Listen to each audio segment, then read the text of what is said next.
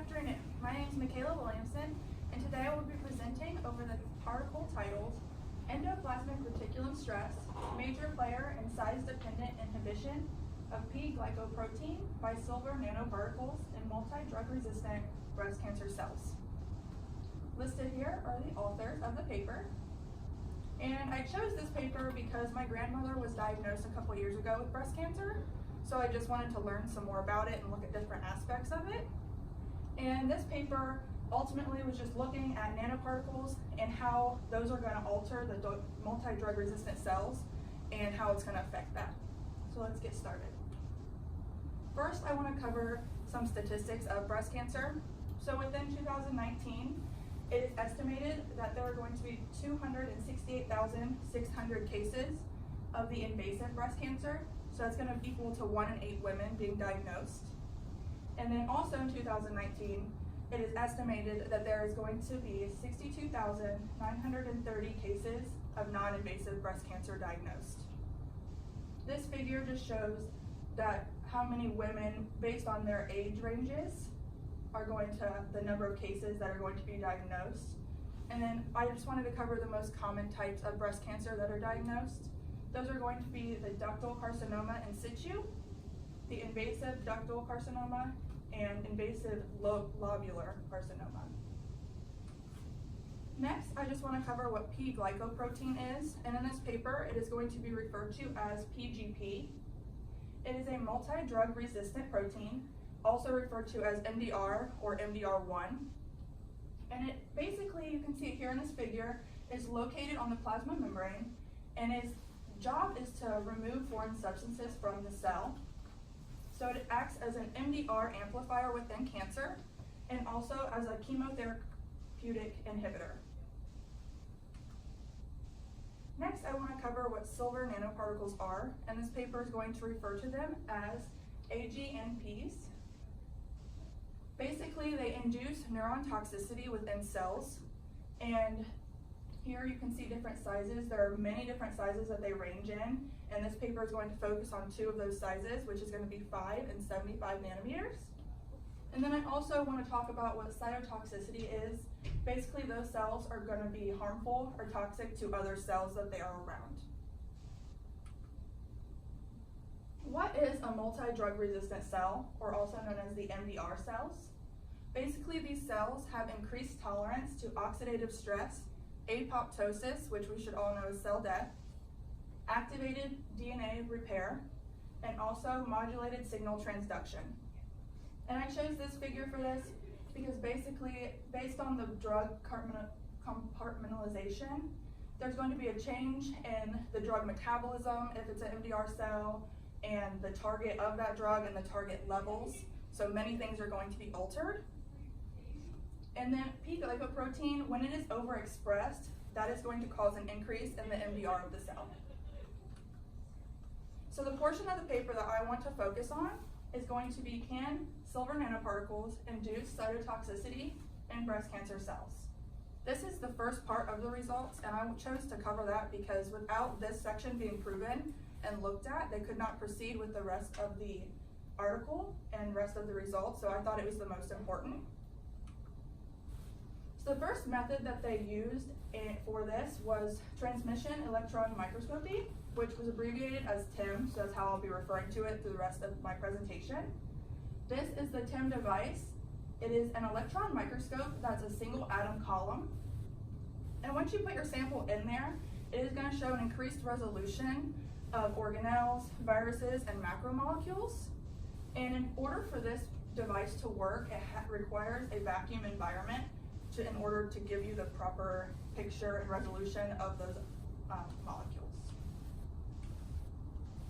The next method that is used is dynamic light scattering, also known as DLS, throughout the presentation.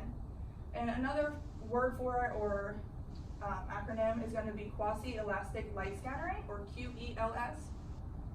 And this, basically you have a laser diode that is going to go through a concave lens and shine on your sample. And then the light that is scattered from that is going to be detected and put into a graph.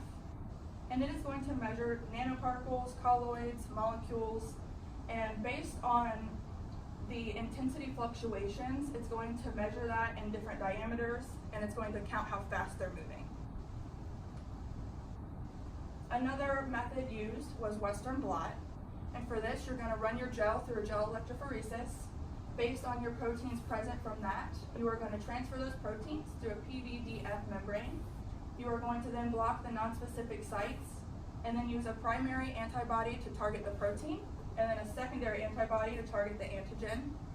And then from there, you'll be able to detect and analyze your proteins present. And the last type of method that was used in my section was the MTT assay. It's a colorimetric assay, and you can see here the finalized product of that. And it detects the cellular metabolic activity within. So it is sensitive and reliable, which is why it is used. And all it does is reflect the viable cells present after it is complete. So once they have turned purple, the original MTT is a yellow water-soluble tetrazolium dye, and once you put the DMSO detergent in there, you will see the purple color, meaning that the formazan crystals are present, and that's what actually is measured. So then, measuring the absorbance of these at the purple at 570 nanometers, using a Synergy HTX microplate reader, you'll be able to see that absorbance and see how many viable cells are left. So using all of these different methods, they were able to prove that silver nanoparticles do induce size-dependent cytotoxicity in breast cancer cells. So the silver nanoparticles were verified via TIM in both the 5 and 75 nanometer diameters. And here you can see the 5 nanometers and the 75. And then these graphs correspond to the pictures via TIM, and that just shows the size on the x-axis and the number of particles that are viable on the y. And then also using DLS, the size distributions were assessed, and that is shown down here, where the silver nanoparticles were applied to both the MCF7 and MCF7/KCR strains of cells. And the KCR strain is going to be the drug resistant versus the other one that is drug sensitive. So where were these silver nanoparticles present? Both of the cells, the 5 and 75 nanometers, did take up the silver nanoparticles, but the 5 nanometer particles were found in the membrane-coated bodies within the cell. The 75 nanometer particles are going to be in the cytoplasm of the cell, and then no silver nanoparticles were found in the nuclei, mitochondria, or the endoplasmic reticulum. So the multi-drug resistant phenotype of the MCF7-KCR was verified, and this was verified via the Western blot. So there was massive expression shown of the P-glycoprotein in the drug-resistant strain, but not in the drug-sensitive strain, due to the drug-sensitive lacking the ABC transporter, which is also known as the ATP binding cassette, or ABC. And then they also did confirm the efflux activity, which is shown in the graph below. Then they wanted to look at the cytotoxicity of those cells that were viable, and that was done through the MTT assay. And the toxicity is going to be based on the nanoparticle size, the treatment time, and the cell type.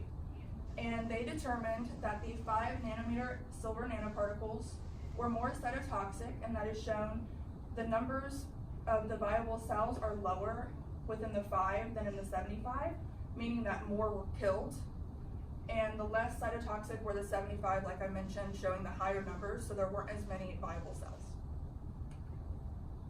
So the silver nanoparticles do induce size-dependent cytotoxicity in breast cancer cells, and they found that the 48-hour treatments versus the 24 was more effective within the adenocarcinoma cells. And the MCF7 cells, so the drug-sensitive cells, did show increased sensitivity compared to the drug-resistant in both of the nanoparticles, and this is just showing them again within a cancer cell. And the drug-resistant strain of cells was efficiently defeated in both the 5 and 75 nanometers. So this study did conclude that the larger silver nanoparticles do modulate the P-glycoprotein activity and sensitizing multi-drug resistant in breast cancer cells. And then also the rest of the paper covered ER stress, which is a favorable target within multi-drug resistant cells, and silver nanoparticles are useful agents in targeting tumors. Future research that I thought would be helpful is we looked at 2 different sizes, but is there any that are gonna be too big or too small to use? And based on that size, are any gonna be more harmful than others? I thought that would be a good thing to look at because you wanna make sure it's safe. And also, when I was doing research, I noticed leukemia was also talked about, but what other types of cancer could this be useful for? And this is my reference.